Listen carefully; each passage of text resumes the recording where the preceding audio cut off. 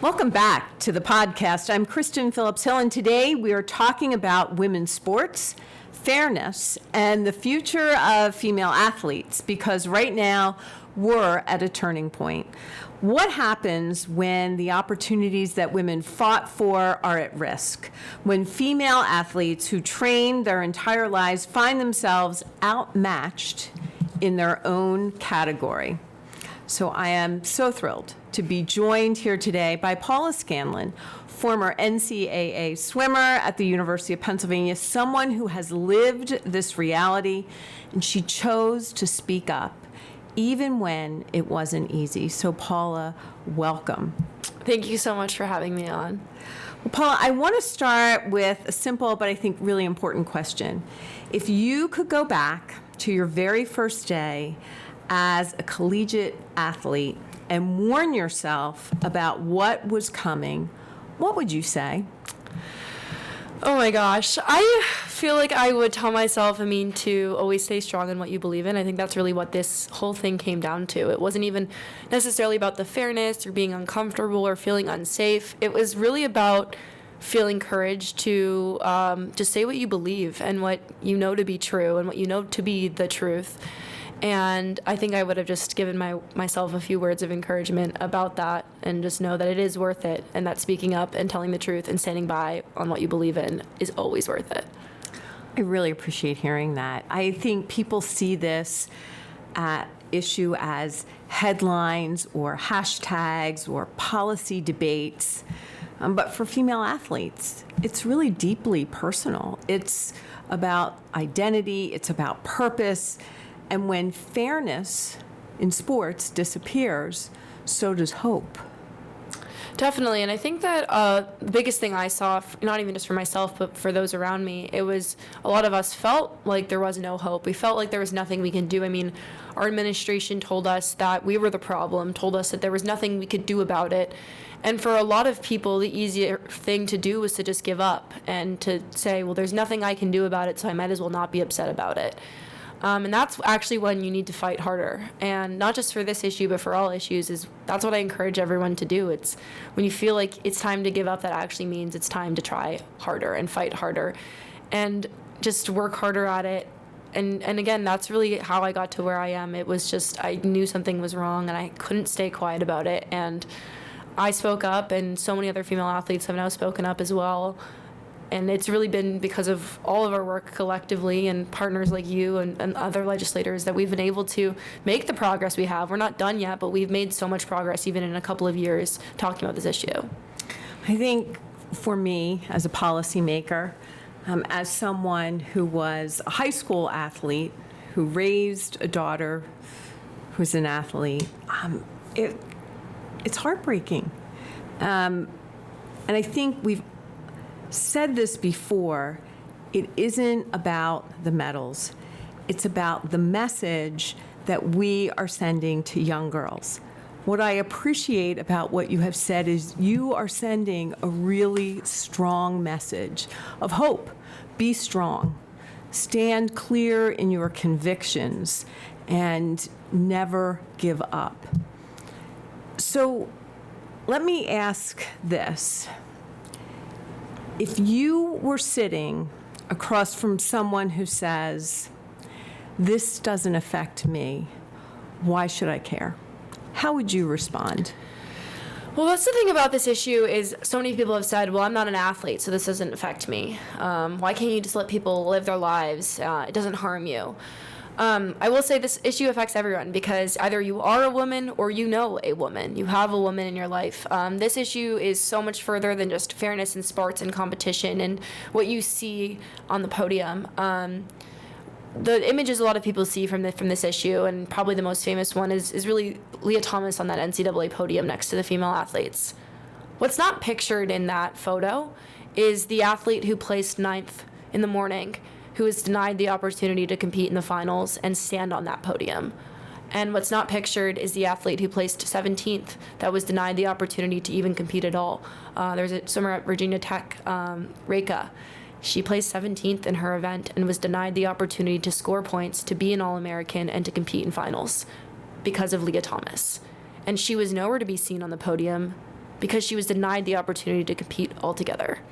And it's a lot of those silent faces that people don't see. And the other aspect of this issue is the locker rooms and the bathrooms and the privacy and the female athletes who are going to quit because they don't want to deal with this. Those athletes aren't going to be seen anywhere on the podium, or their stories aren't going to be elevated because they said enough was enough and they just didn't want to deal with it anymore.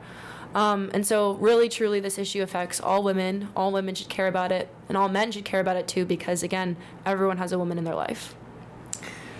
I don't think I could have said it any better. I mean, that's what I have been clearly trying to articulate to colleagues, being able to make sure that our daughters and our granddaughters have a spot on the roster, have an opportunity to reach that medal podium, to become an All-American. I mean, that's a really life-changing experience. And I hear these people argue, well, what's the big deal? It's just one or two athletes. But you and I both know, even when one biological man is competing in a female category, it changes the entire dynamic and creates a cavalcade of events. So I want to ask you something a little different. What's the part of the story that no one is talking about? What do people not see? What's that behind the scenes experience that we're not aware of?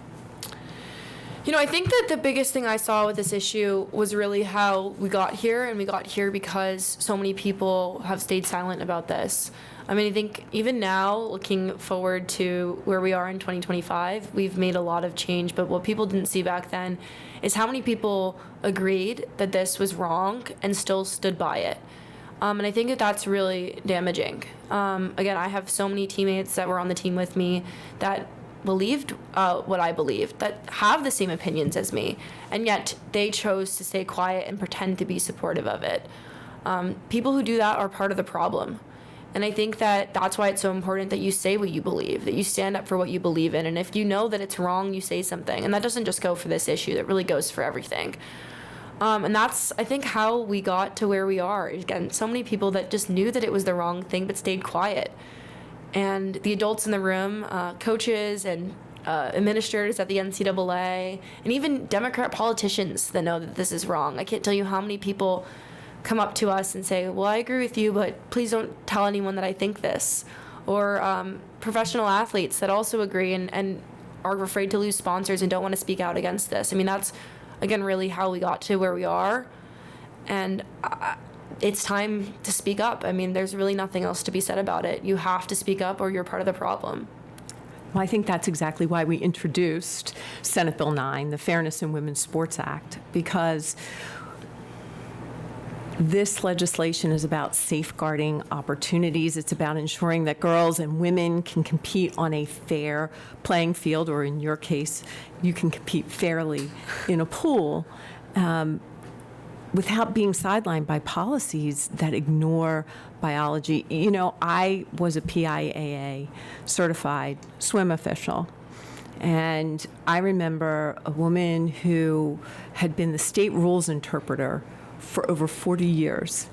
And she said to me, lesson number one, after I was certified, she was a force to be reckoned with. She said, your job is to check your ego at the door and make sure that every swimmer has a fair shot to do well in this pool. Mm-hmm. And you've been denied that fair shot of being able to compete in that pool.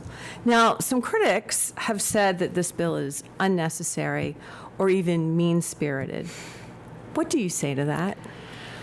Well, it's not unnecessary or mean-spirited to say that women deserve protection and deserve safety. I mean, I think that this issue goes so much deeper than even fair competition. I mean, we've seen cases of girls being permanently injured by male athletes competing on women's sports teams. A story I always like to bring up is the story of Peyton McNabb, who's actually a good friend of mine now. She was a high school volleyball player out of North Carolina, and they allowed a male athlete on the opposing team spike the ball into her head so hard, knocked her unconscious, and she's partially paralyzed on one side of her body now. And that is exactly why this is necessary. If legislation like that had been passed in her home state of North Carolina before this happened to her, Peyton would have gone on and continued to play sports, and now she has to deal with the health consequences of this having happened to her. And that's why this is necessary. And also, to people calling this mean-spirited, how is it not mean-spirited to say that women and girls don't deserve the rights to their own sports teams and to feel safe on their sports teams, and to also have privacy in their locker rooms and bathrooms and all the other female spaces? And so, again, there's always going to be critics to everything, but this is not against anyone. This is just pro-women. Exactly. So let's talk about Title IX for a second. I remember when that law was passed, and it was passed to create exactly what you said, space for women in academics and athletics. And yet we're now watching some of the very institutions that claim to uphold equality systematically dismantle it. Isn't that one of the greatest ironies in this entire debate? This entire debate is just such a funny thing that we're even having this conversation. I mean, it's so backwards. I mean, we're seeing so many people trying to do mental gymnastics to really say why they even believe this. I mean, it's the same people who fought for Title IX, and then also the same women that are championing Me Too, saying, oh, believe all women. And then we say, hey, I'm uncomfortable with this man on my sports team, and they say, I don't believe you, or you're lying. It's the same people. So, I mean, it showed, again, that there's so many activists especially on the left side of the aisle, that really don't believe in anything at all. It's just whatever the newest cause is, and for some reason, they've chosen this issue to die on the hill of, and it is so silly. And again, it erases all the hard work women have fought so long for. The first wave of feminism that fought for female rights has gone so far back, so far forward, so they think that they've gone backwards. So, Paula, here's the question that keeps me up at night. If we don't act now, where does this all lead? You've been on the front lines of this. You've seen what's coming. So I really want your honest, unvarnished take at this. What does the future look like for female athletes if we don't change course? Well, we can start to see that coaches are going to start prioritizing recruiting male athletes. So we're going to see less females being able to compete. We're going to see females that are discouraged from competing altogether. The next generation of female athletes are not going to want to do sports. And I remember when I did my very first anonymous interview on this issue way back almost 4 years ago now. It's been quite a long journey on this issue for me. And I said in this interview, they asked me a similar question in the lines, and I said, when I have kids someday, I kind of hope that they're all boys, so I never have to have a daughter that goes through this. And so many people were very quick to scream at me and call me misogynistic or hateful for saying that. It's not against girls. It's just that I know how painful what I went through was. I would never want any girl to go through that. And the thought of having a daughter in this world when this is a reality was so heartbreaking to me. And again, I said that quote at 21 years old. And again, so many people were so quick to jump on that. But it was true. And it is still true in a way until we see this really completely put to bed. Obviously, we've made so many great strides. We have this wonderful executive order that Trump signed. Many states now have passed legislation for this. Actually, more than 50% of the states have. I think maybe sitting at about 27 states that have passed women in sports acts to prevent this from happening in their state.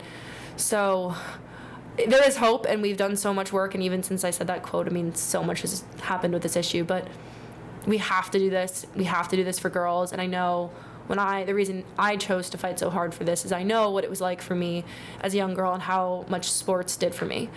Swimming really shaped my entire life. It taught me time management. It taught me how to be on a team. It shaped me into the person that I am. And without those opportunities in sports, I wouldn't be the person I am today. And so even one girl being denied that opportunity or wanting to quit because of this is too much. I think that's why every parent, every grandparent, every coach, every athlete really needs to pay attention, because this is bigger than just one sport. Obviously, you were a swimmer, I was a swimmer. Swimming is where my heart will always be. But it's not just the sport of swimming. It's not just University of Pennsylvania. It's not just the winter swim season. This is about every sport that women compete in every school, in every season. This is really about the future. I hope you are blessed to have a daughter. I have a daughter. She was a great soccer player. I was thrilled to be able to watch her play, both in high school and then in college. I hope that we are going to get this done, and we are going to leave a great legacy for your daughter, hopefully someday my granddaughters, and we'll leave this a better place than you have found it and you have experienced it. If you could leave our listeners with one final thought, Paula, what would it be? I mean, I think the biggest thing about all of this, for me personally, is really just how my life really changed in so many different ways. I know people probably don't know a lot about my background or what I was doing before this, but I studied engineering undergrad. I had no intention of ever working in politics. I was always conservative leaning, and I had always intended to be a conservative voter, but quiet about it. Being from the Northeast, there's people who don't necessarily share my viewpoints.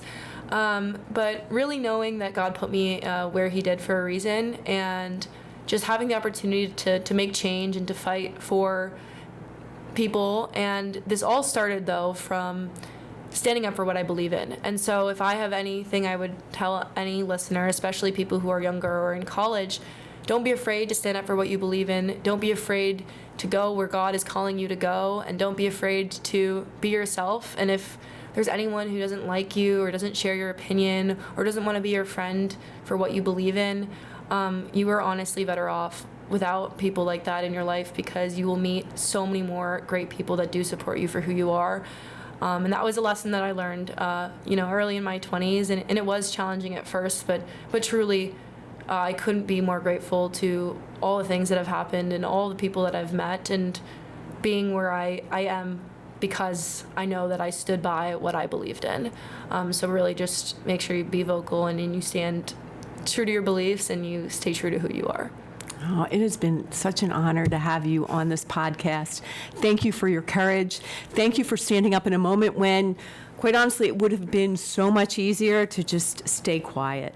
And thank you for being a role model and an inspiration to a lot of young female athletes, not only here in Pennsylvania, but across our nation. Where can our listeners go to learn more about your advocacy and keep up with your work? Yeah, I'm pretty active on X, so Paula Scanlan. You can check out what I'm up to up there. But I just wanted to say that I'm grateful for you just letting me on this podcast, taking the time out of your busy day to talk to me. But also, we can't do this without legislators like yourself here in Pennsylvania, but also legislators across the country and other states that have stood up to this and have stood for the next generation of girls, that stand for our daughters and our granddaughters and all the women in the world. So I really just wanted to make sure that I'm grateful for you and your leadership and partnership on all of this. And this quite literally cannot be done and could not have gotten to even the success we've gotten so far if it weren't for people like yourself. Well, thank you. And certainly wasn't what I thought that I was coming to Harrisburg to legislate on. I thought I was going to get rid of taxes and cut regulations. And you can still do those things. I can still do those things. But never, if you had asked me just a few short years ago, would I be legislating in this space, I would have looked at you like you were crazy. I would have too. But, here we are. At such a time, in such a place, and we have to stand up for that next generation. So it takes all of us to work together to advance positive change in the right direction. Definitely. So thank you again. And to all of our listeners, thank you for tuning in to this episode of Kristin's Corner. Again, today's conversation was with Paula Scanlan. And if you enjoyed today's conversation, don't forget to subscribe and share. Until next time, take care.